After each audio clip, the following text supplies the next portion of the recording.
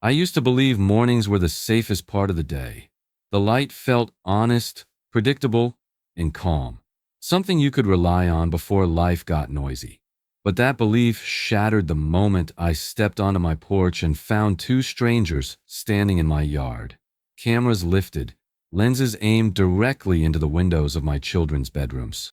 For a few seconds, my mind couldn't make sense of it. It was too surreal, too invasive to even process. Then the anger hit. Fast, hot, and blinding. My first instinct wasn't confusion. It was protection. I didn't think. I just yelled. The men barely flinched. One glanced at me like I was the inconvenience here, then continued snapping pictures as if he had every right to trespass on my land. The other muttered something about documenting structural compliance, but I knew that tone. It wasn't professional. It was practiced. Someone trying to sound official when they had no authority. And the more I listened, the more my disbelief twisted into something else. Fear. Someone had sent them. Someone wanted them here. And they weren't just photographing my home. They were photographing where my kids slept.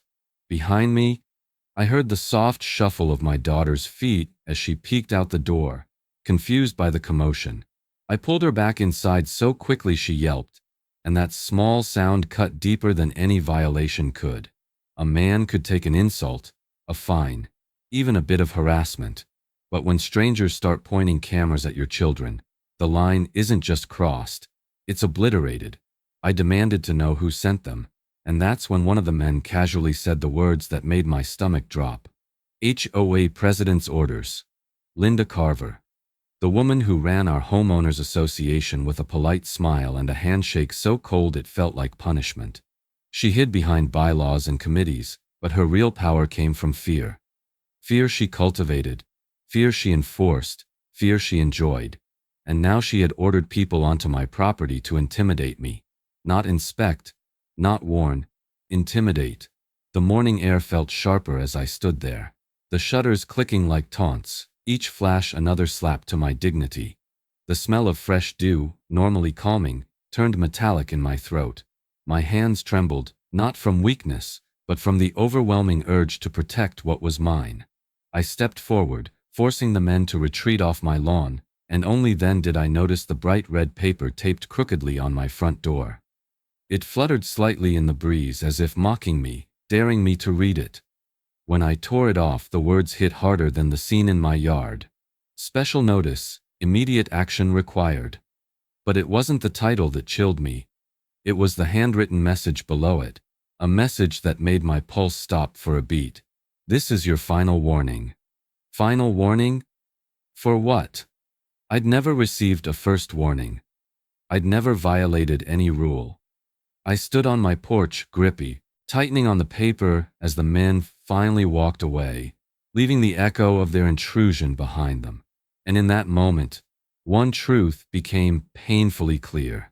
This wasn't random. This wasn't a misunderstanding. Someone wanted to make me feel unsafe in my own home. And as I stared at that red notice, my heart sinking, I realized something even worse. This wasn't the beginning. This was the escalation of a pattern I had been too naive to see. I just didn't know yet how far Linda Carver was willing to go. Looking back now, I realized the warning signs were there long before the morning those strangers stood in my yard. The first real shift happened on a quiet Saturday afternoon, months earlier, when my son left his small plastic dump truck on the front lawn. It was a bright yellow toy, innocent, harmless, the kind of thing every American neighborhood has scattered across driveways and porches. But to Linda Carver, it was apparently a crime worthy of public humiliation. I remember stepping outside just in time to hear her scolding my 7-year-old boy in front of 2 neighbors, her voice crisp and sharp like she took pleasure in how small she made him feel. My son stood frozen, clutching the toy, eyes watering not because he'd done something wrong, but because he didn't understand why a grown woman was yelling at him. I rushed over and told her she had no right to talk to my child that way. She smiled, one of those tight, polite smiles that hid something rotten underneath, and said, "Rules are rules, Michael. If you can't control your household, the HOA will step in." She said it loud enough for the neighbors to hear, and they pretended not to. No one spoke up. No one challenged her. They just lowered their eyes, the way people do when they're afraid of the consequences of being kind. That day was the first time I felt something shift in the air around my home. Something cold. Something watchful. I started noticing little things after that. A flash from across the street when I took out the trash late at night. The faint sound of a camera shutter when I parked my truck slightly crooked on the driveway. Notes slipped under my door just before sunrise, each one pointing out some microscopic concern. Linda didn't enforce rules. She monitored lives. And for some reason, she had decided mine needed controlling. American families put a lot of pride in having a place where they can breathe freely, raise their kids, and live without being watched. But Linda turned that basic freedom into a luxury, one she believed she had the authority to grant or take away. My home no longer felt like a sanctuary, it felt like a chessboard, and she was moving pieces around me, waiting for the perfect moment to corner me. Neighbors began whispering when I walked past. Some gave sympathetic looks, others avoided eye contact altogether. It wasn't until my neighbor Sarah approached me one evening that I understood why. She stepped close, voice low, glancing nervously at Linda's house as she spoke. "You're not the first," she whispered. "She's ruined families here. Quiet ones, people who didn't push back. Be careful, Michael." Then she walked away before I could ask anything more. Those words sat heavy in my mind. If Linda was targeting families one by one, then this wasn't about rules. It was about control. And she had decided my family was next. The tension in my house grew. My kids tiptoed around windows. My wife jumped whenever she saw a car slow down in front of our yard. We weren't living anymore. We were bracing. Then, one afternoon, just as I was trying to convince myself maybe things would calm down, I found a thick white envelope stuffed so tightly in my mailbox it had bent the metal. My name was printed across the front in bold letters. Inside were pages, dozens of them. All violations. All issued on the same day. All signed by Linda. And in that moment, I realized with absolute clarity, this wasn't random harassment. This was a coordinated attack. And it was only the beginning. By the time I finished dragging that thick envelope inside, I already sensed I wasn't prepared for what I was about to uncover. I sat down at the dining table, tore it open, and watched as a cascade of violation notices spilled across the wood like a deck of cards designed to bury me. I spread them out one by one, the paper edges scraping against my palms, each document more absurd than the last. A violation for not trimming a hedge I didn't even own. A notice claiming my porch light was excessively bright, though the bulb hadn't been changed in years. And then the one that nearly made me laugh from sheer disbelief. A citation for a broken fence I didn't have. My property didn't even include a fence. The deeper I looked, the more the shock faded and something heavier settled in its place. Frustration mixing with a rising fear I didn't want to acknowledge. This wasn't rule enforcement. This wasn't oversight. This was fabrication. They weren't documenting problems. They were inventing them. I lifted two violations side by side and felt my stomach twist. Same timestamp. Same signature. Same handwriting that tried to look official but had a slight slant, like someone rushing to churn out paperwork. It didn't take long to notice the pattern. Half the letters were stamped at the exact same minute, something impossible unless someone printed them in bulk. And the signatures, 3 different board members supposedly signed off, yet the pen strokes were identical. There was no misunderstanding now. No chance this was sloppy management or an overworked board. This was coordinated. This was planned. Linda wasn't just harassing me.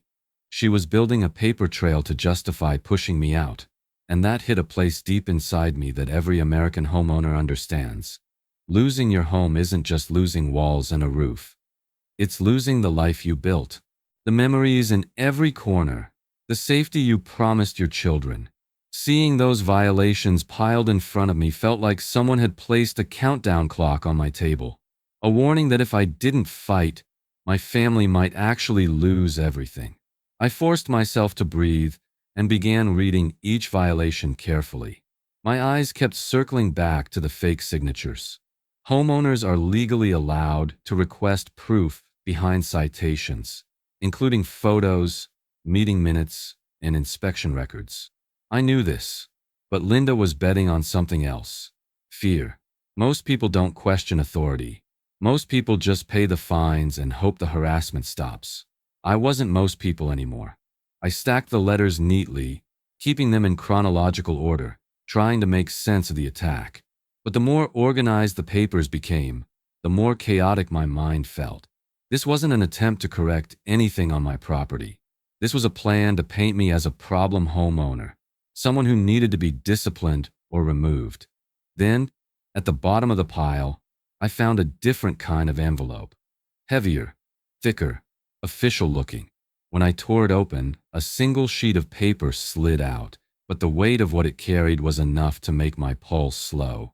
It was an order for me to appear at a disciplinary hearing. Not a meeting, not a discussion. A disciplinary hearing, like I was a child who needed correcting or a criminal waiting for judgment.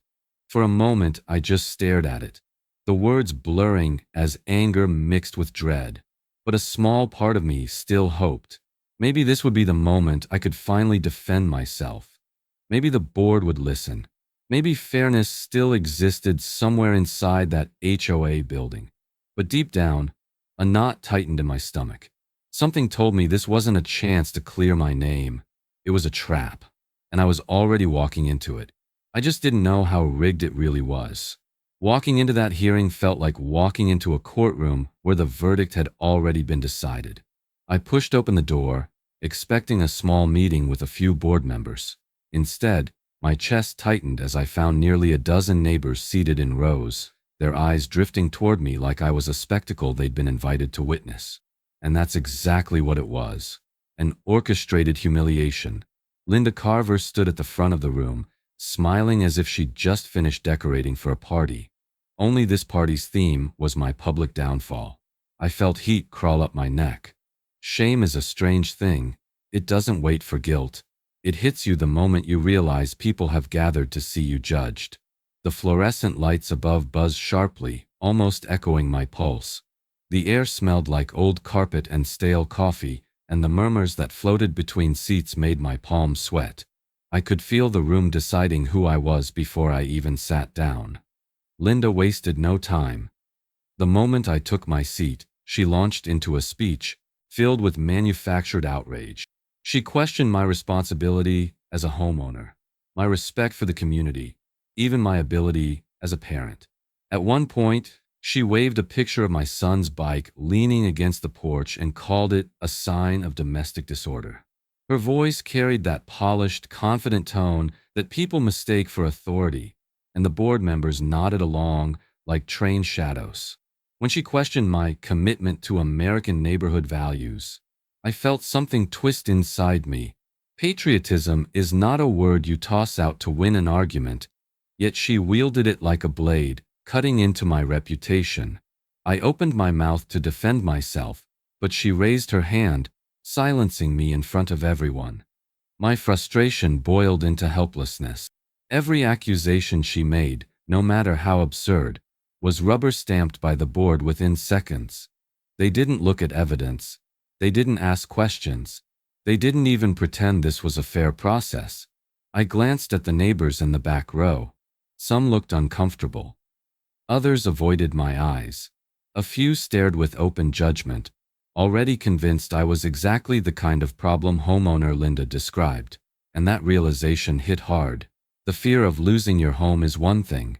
The fear of losing your standing in your own community is another. I felt both tightening around me, squeezing every breath. I tried to bring up the illegal citations, the repeated timestamps, the forged signatures, but the board barely listened. Linda cut me off again, declaring the topic irrelevant to the violations at hand. That was the moment it became undeniable. This wasn't enforcement. This was selective enforcement. Targeted, deliberate, and unlawful. But legality didn't matter inside that room. Only Linda's voice did. After what felt like hours, The board concluded the hearing with a list of penalties and mandatory corrective actions that made my stomach drop. Fines, deadlines, warnings, every word designed to push me closer to breaking. I stood to leave, feeling smaller than I ever had in my own neighborhood. I walked toward the hallway, the buzzing lights fading behind me, my anger buried under a crushing sense of defeat. But just as I passed the doorway, I heard Linda's voice, soft but sharp enough to cut. "He'll be gone before the developer arrives." I froze. The words sank into me with chilling clarity. This wasn't about violations. This wasn't about order. This was about my property and whoever wanted it next. And suddenly, everything made a dangerous kind of sense. I froze mid-step in that hallway, the air suddenly thick around me, as if the building itself wanted me to hear what came next. My home wasn't just being harassed. It wasn't just being targeted. It was being lined up for removal. The realization hit me so hard, I felt my knees weaken. I pressed myself against the wall, heart thudding, and leaned toward the slightly cracked door where Linda's voice drifted through. She wasn't bothering to lower it much. Confidence like hers came from believing a man was already defeated. I forced myself to breathe slowly as I listened. Her tone had shifted from public performance to cold calculation. "The developer wants his lot," she said matter-of-factly. "And they want it fast. I'm not letting this entire redevelopment timeline slip because he's being stubborn." I felt a burn rise in my chest, a mix of disbelief and anger so strong I had to steady myself with a hand on the wall. My lot? My home? The house I built memories in, the yard where my kids learned to ride their bikes, the place I promised my family would always be safe. I thought back to the staged humiliation, the ridiculous violations, the planned hearing. It all aligned too perfectly. None of this was about community standards or petty rules. This was business, ruthless, calculated business. Another voice joined hers, Rick, one of the board members. I recognized his low drawl through the door. "He's making too much noise. People are starting to notice, Linda. You sure this won't blow back on us?" Linda scoffed, a sound I could picture perfectly without seeing her face. "He won't fight. None of them ever fight. They get scared, they pay, or they leave. And if he doesn't leave on his own, the fines will force him to. Nobody's going to lose sleep over one stubborn homeowner. Trust me." Her confidence wasn't what shook me. It was who she considered nobody. Because in that moment, she was grouping every neighbor I waved to, every person I helped move furniture for, every family I'd lived beside for years, into a crowd she believed wouldn't care what happened to me. And she was partly right. As I peeked around the corner, I saw two neighbors I once trusted standing nearby, nodding silently along with her plan. People I'd barbecued with, people whose kids played with mine, people who preferred staying on Linda's good side more than they cared about fairness or decency. That betrayal stung deeper than her words. Fear makes cowards out of ordinary people, but seeing them so willingly complicit made something inside me snap. My hands began to shake, not with fear this time, but with clarity. If they were targeting my home, I needed to know every move they'd made leading up to this moment. I pushed away from the wall and headed straight to the small office where the HOA kept public records. The door creaked when I opened it, releasing the stale smell of old carpet and burnt coffee from an abandoned pot. Files lined the walls in neat rows, but the moment I flipped open the binder labeled Annual Financial Report, my stomach dropped. An entire section was missing. Not a page, not a form. An entire financial report, gone. Not misfiled, removed. And that was all the confirmation I needed. This wasn't just harassment. This was corruption hiding behind clipped smiles and printed bylaws. And that missing report was the thread that would unravel everything. That night, long after my family had gone to bed, I found myself sitting on the living room floor with HOA documents spread around me like the scattered pieces of a puzzle someone never wanted solved. The house was quiet, the kind of deep midnight stillness where every sound feels amplified. My laptop glowed from the coffee table, casting thin shadows across the papers. I sifted through financial statements, expense reports, and board meeting minutes while the clock ticked toward midnight. The deeper I dug, the clearer it became. Money was disappearing, and it wasn't by accident. At first I kept hoping I was reading something wrong, that maybe I misunderstood the format or the filing method. But the numbers weren't lying. The budgets from previous years didn't match. Entire expense categories showed inflated amounts without explanation. Some invoices were duplicated. Others listed vendors that didn't appear anywhere else in the records. And the financial report that should have explained these discrepancies, gone. Not misfiled. Removed intentionally. The absence of that document was louder than any proof I could have found inside it. A weight settled heavy on my chest. This was no longer just about me. This wasn't just about my home or my family. If Linda and her board were misusing funds, then every homeowner in this neighborhood was being robbed. People who trusted the HOA with their dues. People who believed they were paying for community upkeep, repairs, safety, were unknowingly funding whatever scheme Linda had running behind the curtain. And that realization came with a sense of responsibility I hadn't expected. I wasn't just fighting for myself anymore. I was fighting for everyone who didn't see what was coming. I pulled out the meeting minutes next, hoping they would offer some clarity. Instead, they added another layer of concern. Entries had been altered. Whole discussions were missing. Dates didn't match corresponding financial decisions. Some votes were recorded with board members listed as present on nights they had told me personally they hadn't attended. The manipulation wasn't sloppy, it was calculated. These documents weren't created to inform homeowners. They were designed to hide the truth from them. According to state law, homeowners have the right to request transparent financial records.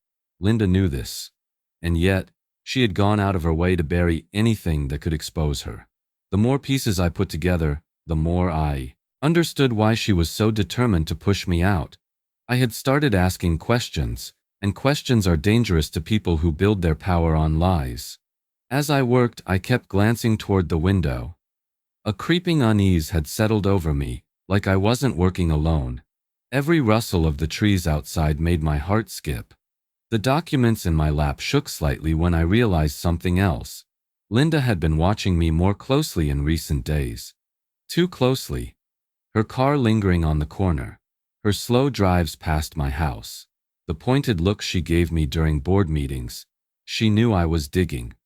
Around 2 a.m., unable to fight the sudden chill crawling up my spine, I stood and walked toward the window. The blinds were half open, just enough to see the faint glow of streetlights. And then I saw it. A dark SUV idling across the street. Headlights off. Windows tinted. Linda's car. She wasn't hiding. She wasn't even pretending. She was watching my house in the middle of the night. And in that moment, I realized the fight had just become personal and dangerously physical. I didn't sleep after seeing Linda's SUV idling outside my house. I shut off the living room lights, sat in the dark, and watched through the sliver of space between the blinds. Minutes stretched into nearly an hour, each one tightening a knot in my stomach. Then, just when I thought she might leave, the driver's door opened. Linda stepped out slowly, scanning the street like someone making sure the coast was clear. My heartbeat kicked into my throat. She wasn't just watching anymore. She was approaching. The cold wind outside rustled through the trees, carrying the faint scent of damp soil. I watched her silhouette cross the street, her heels clicking softly against the pavement. In her hand was a small flashlight, the beam cutting through the darkness as she stepped directly onto my lawn. Leaves crunched under her shoes. My breath fogged the window as I leaned closer, barely daring to exhale. She was trespassing, no excuses, no deniability. She had crossed the line she had always used to intimidate others. I fumbled for my phone, my fingers shaking more from adrenaline than fear. For weeks I had felt powerless, cornered by a system she controlled. But now I had something she didn't expect. Proof. Real, undeniable proof. I hit the record button, zoomed the camera in, and captured every step she took on my property. She swept her flashlight along my siding, my porch, my flower beds, as if searching for something she could twist into a violation. Her movements were slow, deliberate, practiced. This wasn't a spur-of-the-moment decision. She came with a purpose. It was in that moment, watching her invade my space under the cover of night. That fear finally cracked and something else filled the gap. Courage, anger, determination. Every moment she spent on my property was another moment she was building her own downfall. She paused near my window, so close. I could see the cloud of her breath in the cold air, and the urge to confront her surged up inside me. But I forced myself to stay still. Evidence meant nothing if it was tainted with confrontation. I needed her to act freely, to expose herself fully. After a few minutes, she circled back toward the street, scanning the yard one last time, and returned to her SUV. The headlights flicked on, briefly illuminating my driveway before she drove away into the dark. Only when the taillights disappeared did I finally allow myself to breathe. My phone was still recording, the image shaky but clear enough to capture everything I needed. For the first time since this nightmare began, I felt the balance shift. She wasn't untouchable, not anymore. But that feeling didn't last long. Just before sunrise, as the first dull light crept through the blinds, I heard a soft, deliberate slide at the front door, paper against wood. I walked over, dread creeping up my spine, and picked up the document left on the mat. It was a compliance notice, but not like the others. This one was written with a tone that felt almost personal. The words, "Final corrective action required," were underlined twice. At the bottom, in handwriting I recognized instantly, were the words, "Non-compliance will result in immediate escalation." It wasn't just a warning, it was a threat, and that threat made one thing painfully clear. If I didn't fight back now, I might lose everything. The morning after Linda trespassed onto my property, I drove straight to the office of attorney Janet Miller. I barely slept, running on a mix of adrenaline and dread. But the moment she opened the door and saw the stack of documents in my hands, something in me steadied. Janet had a reputation in town: sharp, unshakable, and allergic to bullies.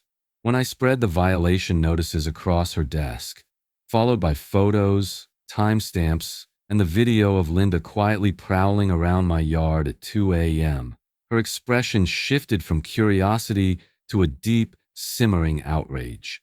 "This isn't enforcement," she said, her voice low but firm. "This is a coordinated abuse of power." Hearing someone else say it, someone who understood the law, felt like air entering my lungs after weeks of suffocating. For the first time since this nightmare began, someone believed me fully. No hesitation, no polite nodding. She understood exactly what Linda had been doing, and she wasn't afraid to call it out. We spent hours building the foundation of what she called a comprehensive timeline of harassment. Janet slid sheets of paper across her desk, organizing every violation, every incident, every note, every overheard whisper, and every financial discrepancy into chronological order. Then came the recording. My proof.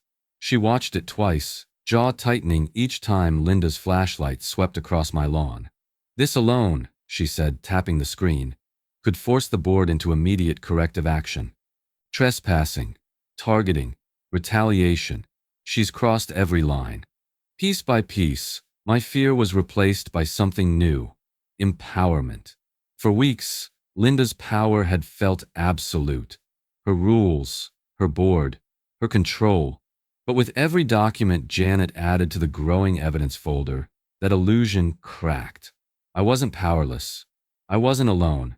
And legally, homeowners had more rights than most people realized. According to state statutes, any homeowner facing harassment, selective enforcement, or retaliation could file a civil complaint against the HOA and its board members. Linda wasn't operating within the law. She was hiding behind the assumption no one would fight her. Janet leaned back in her chair, hands folded. "We're going to do this right. No confrontation, no outbursts. You gather evidence quietly, and when the time comes, we'll bring it all forward at once. She won't see it coming." The plan settled into me like armor. For the first time in weeks, I felt taller. steadier. I left her office gripping the newly assembled folder, each page inside a reminder that Linda's reign over me was coming to an end. But empowerment isn't a quiet feeling. It changes how you walk, how you breathe, how you carry yourself. And Linda must have sensed it, because that evening, barely an hour after I arrived home, my email pinged with a new message from the HOA. The subject line read, "Mandatory community meeting, attendance required." Mandatory, and required by name. Linda wasn't summoning the community. She was summoning me. But this time, she wasn't the only one with a plan. I had my evidence, I had the law, and I had something she'd never expected: courage. I wasn't walking into that meeting to defend myself. I was walking in to expose hers. The moment I stepped into the community hall, Linda Carver's smile was already waiting for me. Bright, polished, and dripping with confidence. She stood at the front of the room like a queen receiving a subject. Her arms neatly folded, her posture smug. For weeks she had controlled every conversation, every narrative, every rumor. And she expected tonight to be no different. I could almost hear the unspoken certainty in her eyes. She thought I was walking into another ambush, another humiliation she could orchestrate in front of the neighborhood. But that smile started to falter the second I placed my thick evidence folder on the table. I didn't sit. I didn't wait for permission to speak. I simply opened the folder, the soft thud echoing louder than any words I could have said. The room went quiet. Even the humming fluorescent lights seemed to fade into the background. Linda's expression tightened, just slightly, as she shifted her stance. "This meeting," she began, voice steady, "was called to address ongoing issues with—" "No," I said, interrupting her for the first time since this all began. "This meeting is going to address the issues with you." A ripple moved through the room: surprise, confusion, discomfort. Several neighbors leaned forward in their chairs. The board members stiffened. And Linda's mask cracked for the first time. I pulled out the forged documents first. Side-by-side violations with identical timestamps, identical signatures, identical handwriting masquerading as different board members. I laid them across the table, my voice growing steadier as I spoke. "These aren't mistakes," I said. "They're manufactured violations designed to force me out." Then came the photos. Ones taken by strangers she sent into my yard. The illegal citations documenting fences I didn't have, hedges I didn't own, lights that hadn't changed in years. Gasps whispered across the room as neighbors recognized the absurdity of it all. Sarah, sitting in the second row, covered her mouth. Linda tried to push back. "Those are standard enforcement procedures," she snapped, but her voice carried a tremor now. "You've repeatedly—" I cut her off again. "What part of standard enforcement includes following homeowners at night? Or trespassing onto private property?"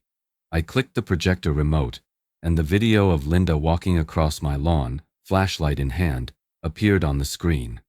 Her face drained of color as her own image played behind her, prowling like a thief on land she didn't own. The room shifted instantly. Judgment became disbelief. Disbelief became anger. And none of it was aimed at me anymore. For the first time in weeks, I wasn't defending myself.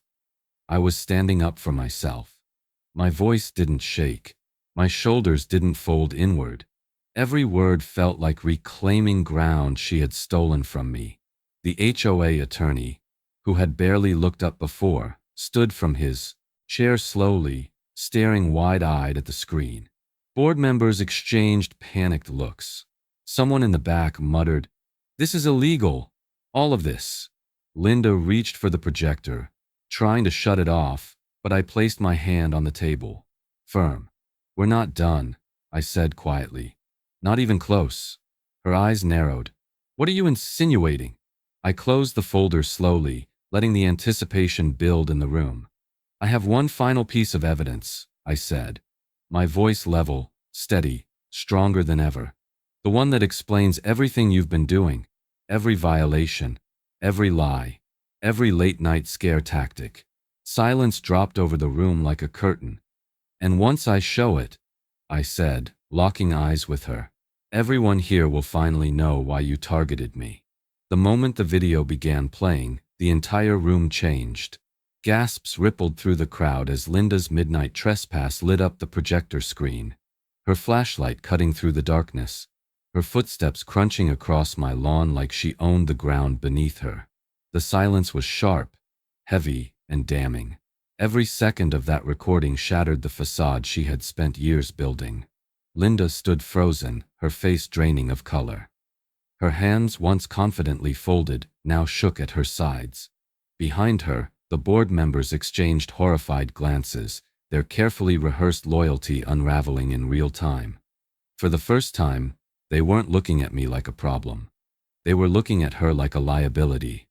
Rick was the first to crack.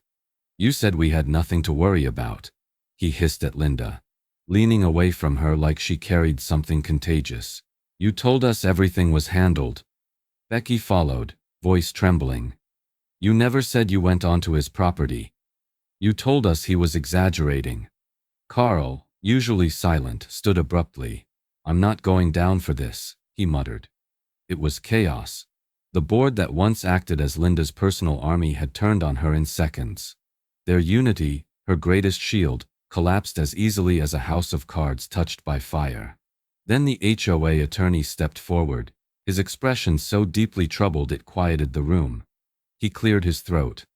"Linda, trespassing is a serious offense, and paired with the documented misuse of authority, retaliation, and falsified violations." He paused, staring hard at her. "I strongly advise you to resign." Immediately, Linda's mouth fell open. For once she had no script ready, no polished speech, no fake smile to hide behind. Her entire persona, powerful, untouchable, unstoppable, crumbled before the people she once commanded. The attorney continued, voice firm. "And to be absolutely clear, if any of the missing funds or altered records tie back to this board, criminal charges may follow. Misuse of HOA funds is not a civil issue. It is a crime." That word, crime, hung in the air like a verdict. Neighbors whispered. Some glared. Some shook their heads in disbelief. Many, I realized, had suffered under her too. They just hadn't had the proof to fight her. Linda swayed slightly, gripping the edge of the table. This is all being taken out of context," she whispered, but her voice was thin, empty. "I was acting in the best interest of the community." "No," I said quietly. "You were acting in the best interest of yourself." Her eyes snapped to mine. Angry, defeated, wounded all at once. "You don't understand." "I understand perfectly." I cut in. "You wanted my property for the developer. You misused your position to force me out. You lied. You forged documents, and when that wasn't enough, you trespassed onto my home, the place where my children sleep." The emotional release was powerful. Not anger, not vengeance, just relief. Relief that the truth was finally loud enough, no one could ignore it. The attorney stepped closer to her. "Linda Carver," he said, "I suggest you step down before this board is forced to remove you." Her shoulders sagged, and right there, in front of the community she once ruled like a tyrant, Linda quietly resigned. The room exhaled. I watched her power dissolve in minutes, every brick of her corrupt empire collapsing under the weight of her own actions. It should have felt like the end, but it wasn't.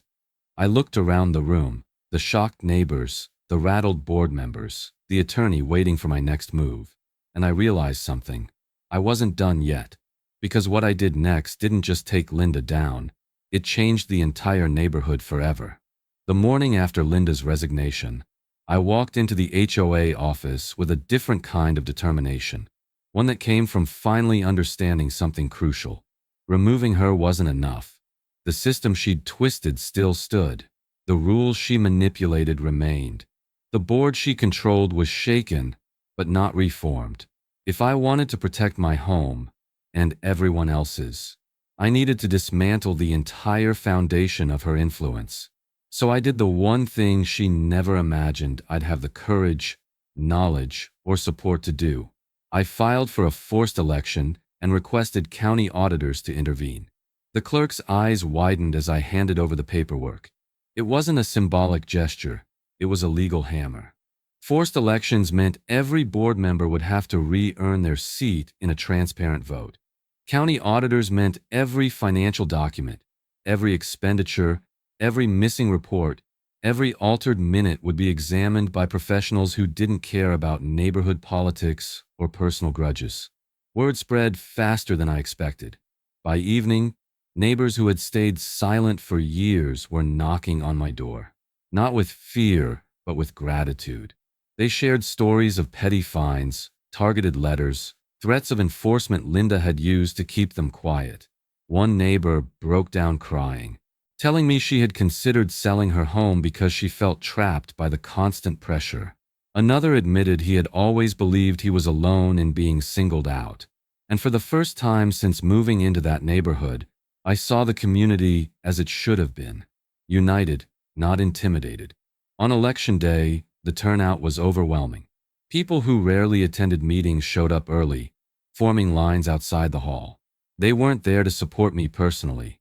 They were there to reclaim what had been taken from all of us. And when the votes were counted, the entire board was replaced. Every single seat. The community didn't want slight reform. They wanted a complete reset. Then came the auditors. They moved methodically through the books, uncovering discrepancies that matched everything I had suspected. Misallocated funds, payments to vendors that didn't exist, altered financial statements. Not only did this validate my findings, it placed Linda under investigation. Potential charges, fines, public humiliation she had spent years believing she was immune to. As part of the board transition, new rules were proposed. Transparent financial reporting every quarter, homeowner access to all meeting minutes, limitations on enforcement power, and a complete refund of improper fines. When they asked if I would accept a settlement for the harassment I endured, I didn't hesitate. I took it, not for revenge, but as the final acknowledgement that what had been done to me was wrong. But the real victory wasn't the money. It wasn't the new rules or the election. It was standing in my yard, looking at my home, not as a battleground, not as something under threat, but as something I had fought for and finally won back. My dignity, my peace, my place. The HOA that once tried to crush me had been rebuilt into something fair, transparent, and accountable. And it was the community, not Linda, who now held the power. But as the dust settled and the fear finally lifted, I realized something else. Something deeper. Something I had ignored in the chaos. There was one last truth I had learned. One that changed how I saw everything that happened, and one I wasn't sure I was ready to face. When the dust finally settled and the HOA stood rebuilt, I found myself standing alone in my backyard one quiet evening, letting the cool air fill my lungs. The chaos was gone. The fear had lifted. The constant sense of being watched had faded into something I hadn't felt in months, peace. But the fight had changed me. It forced me to confront something I'd never truly understood before. How fragile a sense of safety becomes when power falls into the wrong hands, and how quickly ordinary, decent people can be bullied into silence when they believe no one will stand with them. Before this battle, I thought of a community as a group of people who lived near one another. Now I know it's something much more delicate. It's trust. It's accountability. It's the quiet belief that your neighbors won't weaponize the place you call home. But Linda taught me a harsh truth. Corrupt authority doesn't need an army. It only needs silence. And most people, when overwhelmed by fear or intimidation, will give it that silence without even realizing it. That realization changed the way I look at everything. It taught me that people don't lose their power all at once. It's chipped away, inch by inch, violation by violation, until one day you look around and realize you've been living under someone else's rules without ever agreeing to them. I almost lost my home because I believed for too long that someone like Linda couldn't possibly push me that far. I thought logic, fairness, or simple decency would stop her, but corruption doesn't stop on its own. You have to stop it, and I did. Not because I'm special, or fearless, or smarter than anyone else. I did it because at some point, The fear of losing my home became smaller than the fear of not fighting for it. And once one person stands up, others find the courage to stand too. That's what rebuilt our neighborhood. Not the election, not the audits, not the new rules. It was the simple reminder that we still had a voice. The neighborhood feels different now. Kids play freely again. Neighbors wave without glancing over their shoulders. Meetings are open, honest, and calm. We talk, we listen. We disagree like adults instead of being intimidated like children. The place feels alive in a way I forgot it could. And to anyone watching this, I want you to hear this clearly. You have the right to protect your home. You have the right to question authority. You have the right to demand transparency. If you've ever felt targeted by an HOA, mistreated by someone in power, or pushed into silence, tell your story. Share it. Use your voice. Comment below and let others know they're not alone. Communities get stronger when people speak up, not when they hide. Your home is more than a building. It's your history, your family, your refuge. Don't let anyone take that from you. Not through lies, not through fear, not through intimidation disguised as rules. But as peaceful as things feel now, I can't ignore one last truth I've learned. Corruption doesn't disappear. It moves. It changes shape. It looks for new opportunities. And recently, I've heard rumors from a neighborhood just a few miles away. A new HOA president. A new set of unexplained fines. A new family feeling the kind of pressure I once felt. And something tells me their story might be starting exactly where mine almost ended.